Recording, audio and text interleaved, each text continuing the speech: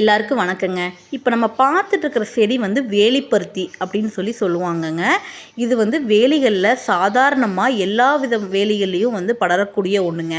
வந்து உத்தம கன்னி உத்தாமணி அப்படிங்கிறது நிறையா பேரில் வந்து இதை வந்து சொல்லுவாங்கங்க. இந்த தலையை வந்து பிச்சோன்னா இதில் வந்து பால் வருங்க அந்த தண்டில் இருந்து. அந்த பாலும் மிக மருத்துவ குணம் உடையதுங்க. இந்த காய் இதோடைய தலை எல்லாமே மருத்துவ குணம் கொண்டது. காலில் முள் ஏற்றுச்சு அப்படின்னா அந்த முள்ளை வந்து களைஞ்சி விட்டு இந்த பாலை வச்சோம் அப்படின்னா அடுத்த நாள் அந்த முள் வந்து வெளியே வந்துடுங்க. இந்த இலை சாற்றில் நிறைய மருத்துவ குணங்கள் இருக்குது. இந்த காயை வந்து நம்ம சமைச்சு சாப்பிட்லாங்க. இந்த காயில் அவ்வளோ சத்துக்கள் இருக்குது. இதை பற்றி ஒரு லாங் வீடியோ நான் வந்து சீக்கிரமே வந்து இதோடைய தலை இதோடைய காய் எல்லாத்தையும் வச்சு ரெசிபி அதில் இருக்கிற மருத்துவ குணங்கள் பற்றி சீக்கிரமே ஒரு வீடியோ போடுறேங்க.